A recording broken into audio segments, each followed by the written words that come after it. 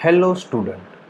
તો આજે આપણે ટોપિક શીખીશું ગૌસના નિયમની ઉપયોગિતા, એટલે કે ગૌસના નિયમનો આપણે ક્યાં ઉપયોગ કરીશું.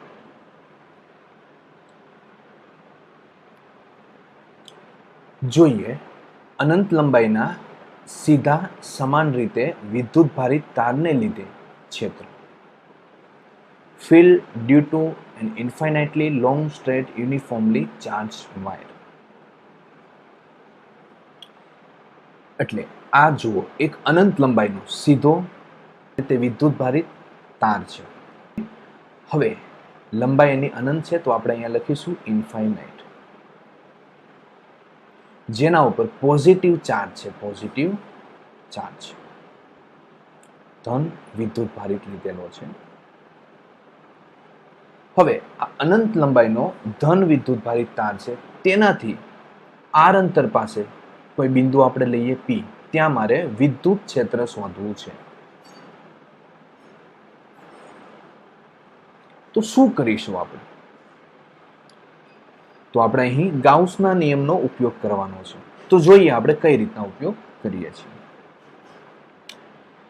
હવે જોઈએ, એક આપણે પેલા ગાઉસિયન પૃષ્ઠની કલ્પના કરીએ.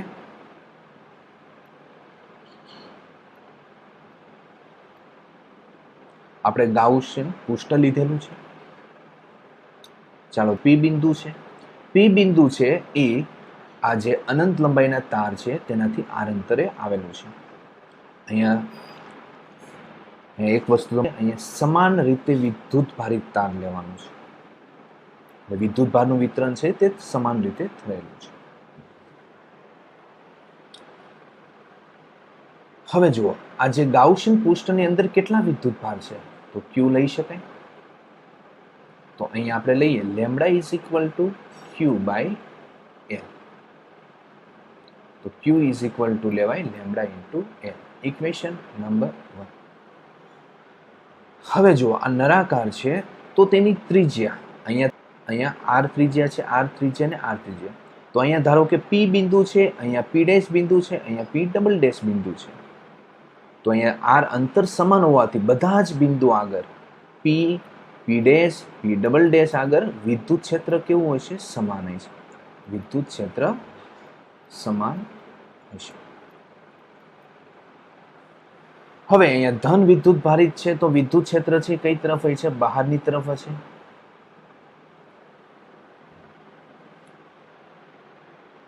હવે અહીં આપણે જોઈએ, લઈએ ફર્સ્ટ અને નંબર આપીએ સેકન્ડ, અને અહીંયા લઈએ થર્ડ.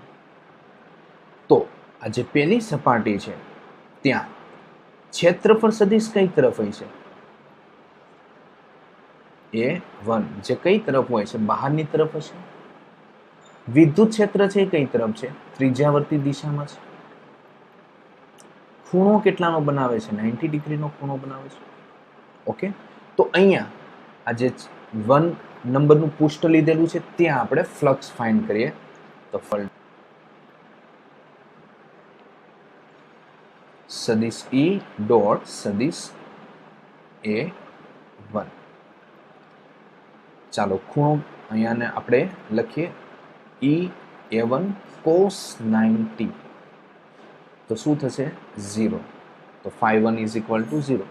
તે જ રીતે અહીંયા આપણે જોઈએ, ક્ષેત્રફળ સદિશ કઈ તરફ છે? બહારની તરફ છે. વિદ્યુત ક્ષેત્ર છે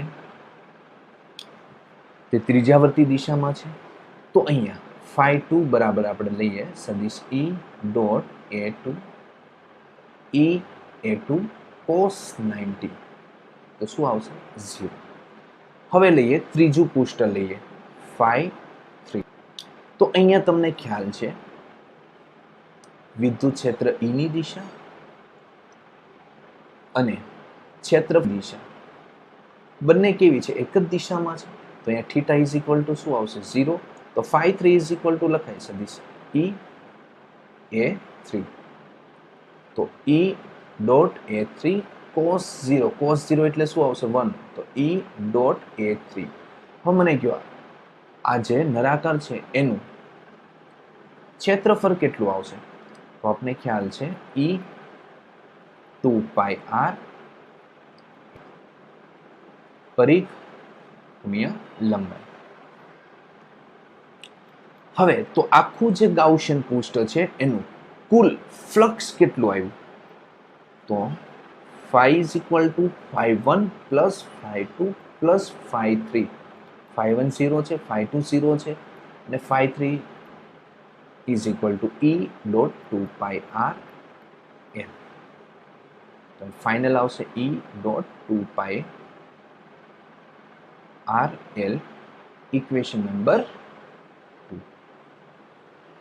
હવે અહીંયા આપણે ગાઉસના નિયમનો ઉપયોગ કરીએ તો ગાઉસનો નિયમ તમને ખબર છે, phi is equal to q by epsilon naught. q એટલે ગાઉસિયન પૃષ્ઠ વડે ઘેરાયેલો વિદ્યુત ભાર.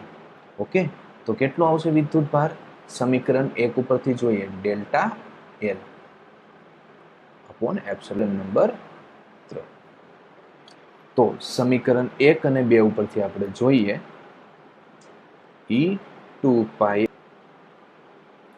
l is equal to lambda l by epsilon not.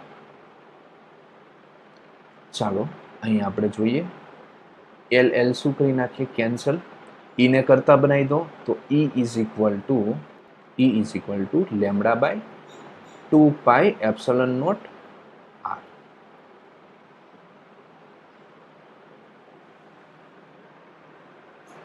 તો આપને આ એક સૂત્ર મળ્યું, ઇક્વેશન નંબર 4.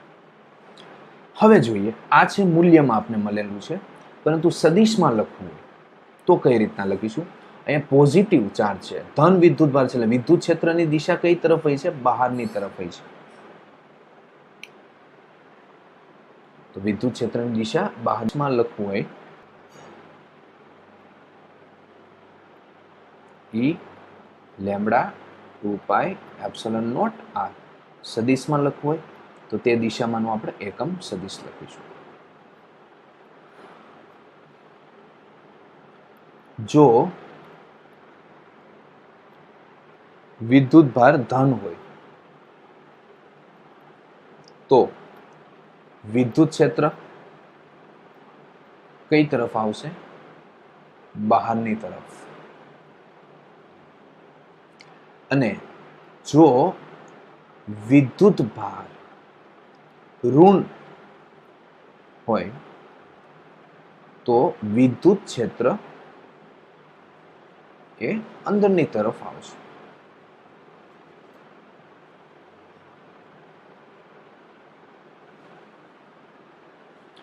તો આપને સૂત્ર મળ્યું છે P બિંદુ પાસે વિદ્યુત ક્ષેત્રનું સૂત્ર. હવે જોઈએ આપણે બીજું એક એક્ઝામ્પલ જોઈએ. અહીંયા જુઓ, સમાન રીતે વિદ્યુત ભારિત અનંત સમતલ વડે ક્ષેત્ર. સમાન રીતે વિદ્યુત ભારિત અનંત સમતલ, તો આ સમતલ છે, અનંત છે, ઇન્ફાઇનાઇટ. અહીંયા વિદ્યુત ભારની વહેંચણી કેવી રીતના થયેલી છે? સમાન રીતે. ઓકે, ચાલો તો અનંત સમતલ છે એનું પૃષ્ઠ ઘનતા કેટલી આવશે? સિગ્મા.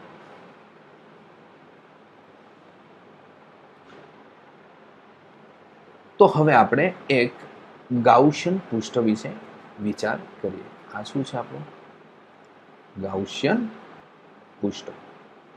અહીંયા આપણે સમઘન લીધેલું છે, પરંતુ તમે નળાકાર લઈને પણ આ સાબિત કરી શકો, વિદ્યુત ક્ષેત્ર મેળવી શકો.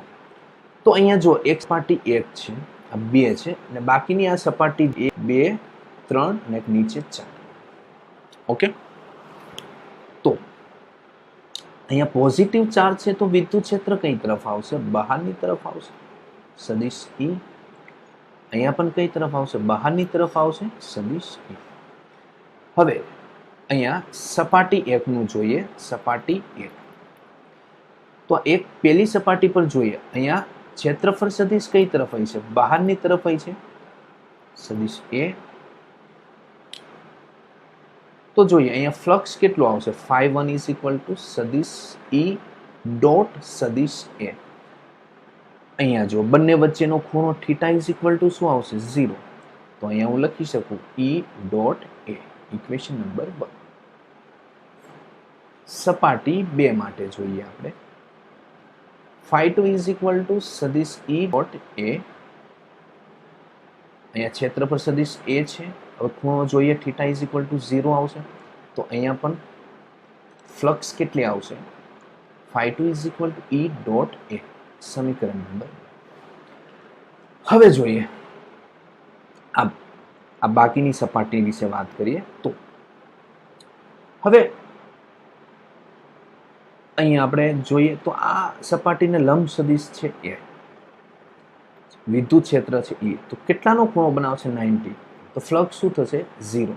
એ જ પ્રમાણે આ સપાટી વિશે વાત કરીએ તો ક્ષેત્રફળ સદિશ A બહારની તરફ છે, ફ્લક્સ છે આ તરફ છે, તો ખૂણો કેટલાનો બનાવે છે 90 ડિગ્રી, તો આનાથી થતું ફ્લક્સ શું આવશે 0.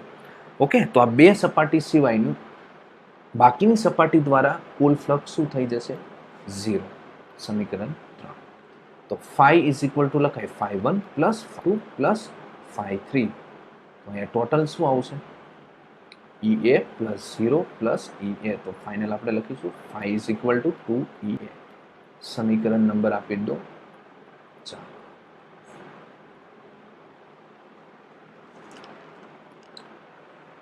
હવે આપણે જોઈએ ગાઉસના નિયમનો ઉપયોગ કરીએ તો આપને ખબર છે ગાઉસના નિયમનો ઉપયોગ કરીએ તો phi બરાબર શું લખાય Q by epsilon naught. Q એટલે ગાઉસિયન પૃષ્ઠ દ્વારા ઘેરાયેલો વિદ્યુતભાર Q. તો આપને ખ્યાલ છે બરાબર છે સિગ્મા ઇઝ ઇક્વલ ટુ જોઈએ શું આવશે Q બાય A, તો Q ઇઝ ઇક્વલ ટુ આવશે સિગ્મા ઇન્ટુ A.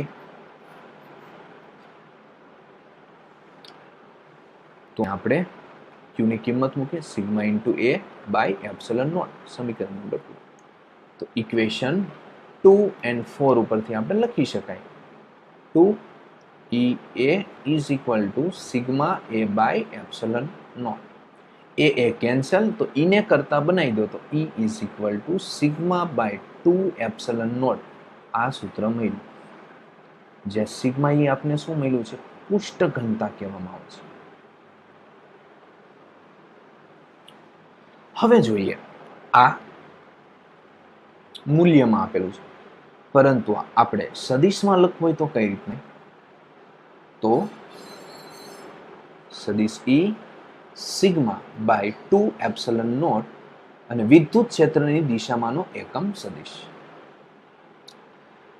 પરંતુ જો અહીં વિદ્યુત ભાર ધન હોય તો વિદ્યુત ક્ષેત્રની દિશા કઈ તરફ આવશે બહારની તરફ, અને જો અહીં વિદ્યુત ભાર ઋણ હોય તો વિદ્યુત ક્ષેત્ર એની દિશા કઈ આવશે અંદરની તરફ. ચાલો હવે બીજી વસ્તુ એ જોઈએ, અહીંયા આ સૂત્રમાં આપણે કે અંતર આપેલું નથી, એટલે અહીંયા લખી શકાય કે વિદ્યુત ક્ષેત્ર એ અંતર પર આધાર રાખતું નથી. છે અહીંયા કઈ આર જોવા મળે છે નહીં. પછી હવે અનંત લંબાઈની સમતલ પ્લેટ લેવી બરાબર છે એમ રિયલ લાઈફમાં શક્ય નથી. હા, પણ તમે એક વસ્તુ ધારી શકો કે એક ખૂબ મોટી પ્લેટ હોય અને એની એકદમ નજીક એક બિંદુ લઈ લો, સાવ નજીક બરાબર છે, મધ્યમાં સાવ નજીક એક બિંદુ લઈ લો, તો અહીંયા જે આપને વિદ્યુત ક્ષેત્ર મળે તે સિગ્મા બાય 2 એપ્સિલોન ની નજીક હોઈ શકે.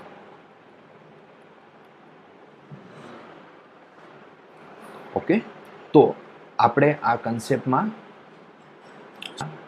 કે સમાન રીતે વિદ્યુત ભારિત અનંત સમતલ વડે વિદ્યુત ક્ષેત્ર તેના વિશે શીખ્યા.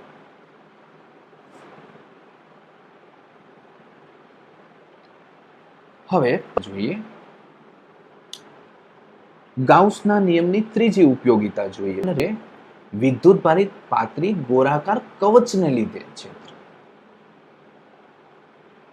અહીંયા પણ સમાન રીતે આપેલું છે. સમાન રીતે શા માટે? સમાન રીતે જો વિદ્યુત ભાર વિતરિત થયેલા હોય તો જ આ વસ્તુ અહીંયા ગાઉસના નિયમનો ઉપયોગ કરી શકાય, બાકી નહીં. ઓકે, તો અહીંયા જો આપણે ફર્સ્ટ આપેલું છે, આ એક કવચ આપેલું છે જેની ત્રિજ્યા છે કેપિટલ આર. હવે એક સ્મોલ આર ત્રિજ્યાની ગાઉસિયન સપાટી હું ધારી લઉં. હવે અહીંયા આપણે લઈ લઈએ પોઝિટિવ ચાર્જ લઈ લઈએ, ધન વિદ્યુત ભાર છે. તો મને કહો વિદ્યુત ક્ષેત્રની દિશા કઈ તરફ આવશે? બહારની તરફ, એટલે કે ત્રિજ્યાવર્તી દિશા. સ્મોલ આર ત્રિજ્યાનો ગાઉસિયન સપાટી લીધી છે. હવે આ જે ફર્સ્ટ પહેલી આકૃતિ છે એ બહારના બિંદુ માટે વિદ્યુત ક્ષેત્ર શોધવા માટે છે. તો અહીં લખી શકાય small R greater than capital R માટે લખેલું છે. હવે જોઈએ સૌથી પહેલા આપણે ફ્લક્સ ફાઇન્ડ કરીએ. તો ફાઈ ઇઝ ઇક્વલ ટુ આપણી પાસે આ સૂત્ર છે સદિશ ઈ ડોટ ડીએસ. ડીએસ એટલે અતિ સૂક્ષ્મ કણ. તો અહીંયા જુઓ સદિશ ઈ અને આર બંનેની દિશા સદિશ ઈ અને ક્ષેત્રફળ સદિશ બંનેની દિશા કેવી છે? સમાન હશે. ક્ષેત્રફળ સદિશ હંમેશા બહારની તરફ હોય. તો થીટા ઇઝ ઇક્વલ ટુ શું આવશે? 0. એને લખાય ઈ ડોટ ડીએસ કોસ 0. કોસ 0 એટલે 1 થશે. તો એસ ઈ ડોટ ડીએસ. વિદ્યુત ક્ષેત્ર તો અચળ છે તો એને તમે કોમન કાઢી લો તો ઈ એસ ડીએસ. ઓકે, તો અહીંયા ડીએસ એટલે અતિ સૂક્ષ્મ ભાગ હતો, પણ આખું કવચ લેવાનું છે. તો આખા કવચ છે એનું ક્ષેત્રફળ કેટલું છે? એસ. તો ઈ ડોટ એસ. ચાલો ગોળીય કવચ છે એનું ક્ષેત્રફળ કેટલું આવશે? તો 4 pi small square. Equation number 1 આપી દો. હવે આપણે આગળ જોઈએ. અહીંયા આપણે ઉપયોગ કરીશું ગાઉસના નિયમ. તો ગાઉસના નિયમ ઉપરથી આપણે કઈ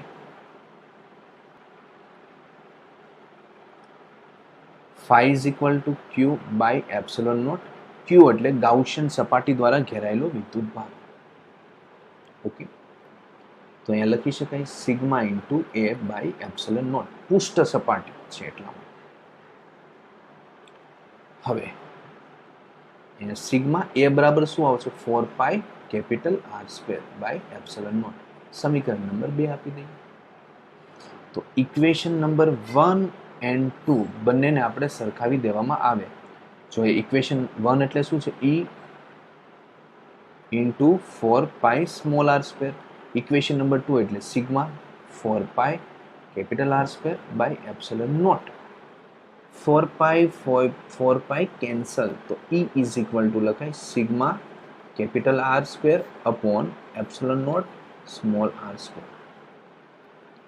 ચાલો સિગ્મા એટલે કે પૃષ્ઠ ઘનતા. તો કેટલો વિદ્યુત ભાર અહીંયા ઘેરાયેલો છે? ક્યુ વિદ્યુત ભાર છે. તો અહીંયા સિગ્મા બરાબર લખીશું q by A capital R square epsilon naught small r square. ચલો એ એટલે શું આવશે? 4 pi capital R square by epsilon naught small r square. તો આર સ્ક્વેર કેન્સલ. તો ફાઇનલ આપને મળશે E is equal to Q by 4 pi epsilon naught small r square. આ સૂત્ર સદિશમાં લખો હોય તો સદિશ E is equal to q upon 4 pi epsilon naught R square R cube. Okay, હવે જોઈએ અહીંયા Q 4 pi epsilon naught E અચળ છે તો અહીંયા લખી શકાય E proportional 1 upon R square. R greater than capital R. Okay, okay, અહીંયા જો આર ઇક્વલ લેવામાં આવે તો આપણે શેનું મળે? સપાટી પરનું વિદ્યુત ક્ષેત્ર મળે. સપાટી પરનું વિદ્યુત ક્ષેત્ર. આનો મતલબ શું થાય? જેમ આર વધે એમ વિદ્યુત ક્ષેત્ર શું થાય? ઘટતું જાય છે.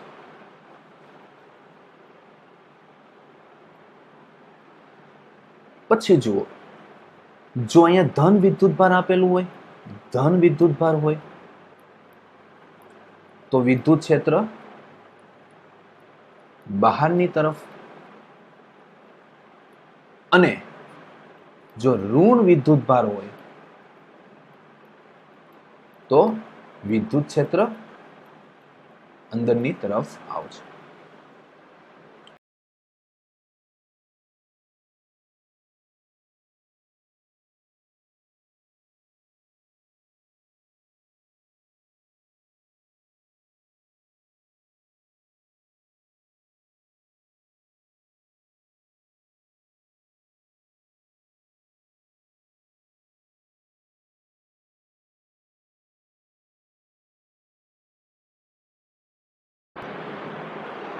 હવે જોઈએ અંદરની તરફ આપણે વિદ્યુત ક્ષેત્ર શોધીએ તો આ કવચ છે એની અંદરની તરફ કોઈ બિંદુ પી લીધેલું છે.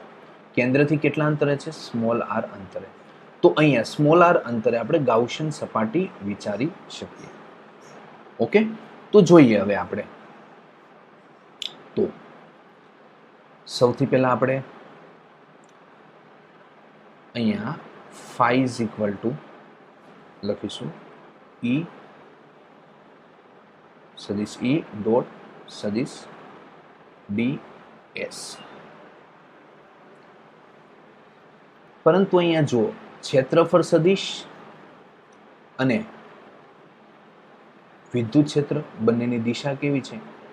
એક જ હોય છે. તો અહીંયા આપણે કઈ રીતના લખીશું? E dot ds. બરાબર, સેમ દિશા છે એટલા.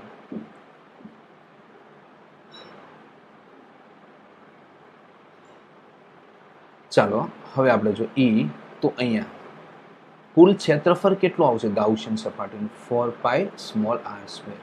ઇક્વેશન નંબર 1 કહી દઈએ. હવે ગાઉસના નિયમનો યુઝ કરીએ તો phi is equal to q by epsilon naught. Gaussian પૃષ્ઠની અંદર ઘેરાયેલો કુલ વિદ્યુત, કેટલો વિદ્યુત ભાર ઘેરાયેલો છે? અંદર તો કોઈ વિદ્યુત ભાર છે નહીં. વિદ્યુત ભાર છે બધો, પણ કયો છે? બહારની સપાટી પર છે.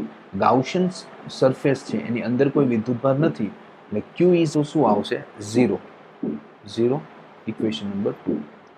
ઇક્વેશન 1 and 2 સરખાવીએ તો E 4 pi r square is equal two 0. તો E ઇઝ ઇક્વલ ટુ શું આવશે? 0. એટલે આના ઉપરથી કહી શકાય કે જે કવચની અંદરની બાજુ વિદ્યુત ક્ષેત્ર શું હોય છે? શૂન્ય હોય છે. કવચની અંદરની બાજુ વિદ્યુત ક્ષેત્ર શૂન્ય હોય છે, કારણ કે કઈ વિદ્યુત ભાર છે જ નહીં, એટલે વિદ્યુત ક્ષેત્ર શું આવશે? શૂન્ય આવશે. હવે જોઈએ સપાટી પર વિદ્યુત ક્ષેત્ર. સપાટી પર વિદ્યુત ક્ષેત્ર કેટલું આવશે? તો r ગ્રેટર ધેન શું લઈએ? કેપિટલ.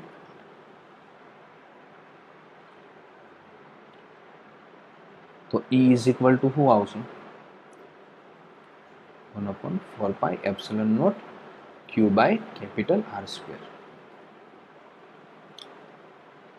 આ છે r less than capital R. પછી જોઈએ કેન્દ્ર પાસે વિદ્યુત ક્ષેત્ર કેટલું આવશે? તો કેન્દ્ર પાસે પણ વિદ્યુત ક્ષેત્ર શું આવશે? શૂન્ય આવશે.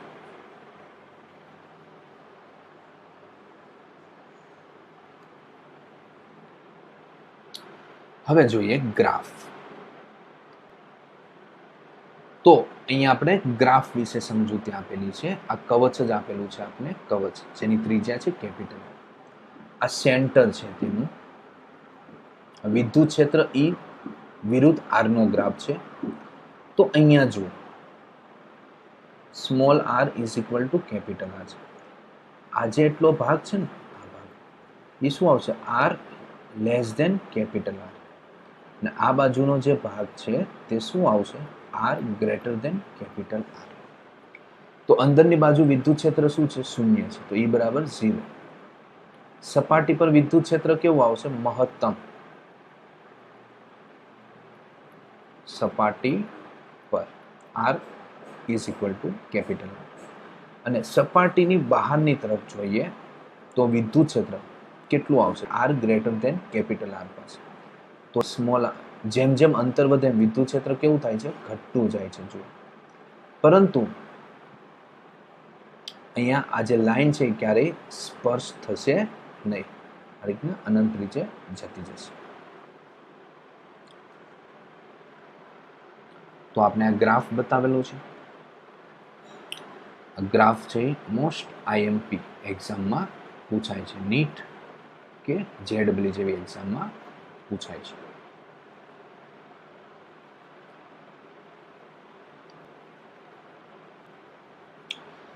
તો હવે આપણે નેક્સ્ટ જેડબલ્યુ મેઇન અને એડવાન્સ ના ટોપિકમાં શું શીખીશું. નેક્સ્ટ નીટ અને બીટસેટના ટોપિકમાં આપણે શું શીખવાનું છે તે જોઈએ. તો ધન વિદ્યુત ભારિત નળાકારને લીધે વિદ્યુત ક્ષેત્ર, નળાકાર ઘન વિદ્યુત ભારિત ઘન નળાકાર, અહીંયા આવશે ઘન નળાકારને લીધે વિદ્યુત ક્ષેત્ર. Electric field due to long uniformly charge solid cylinder, એટલે કે આ ઘન નળાકાર લેવાનો છે, તેને લીધે આપણે વિદ્યુત ક્ષેત્ર શોધવાનું છે. ઓકે, જે આપણે નેક્સ્ટ લેક્ચરમાં શીખીશું અને તેને રિલેટેડ આપણે MCQ સોલ્વ કરીશું. Okay, thank you.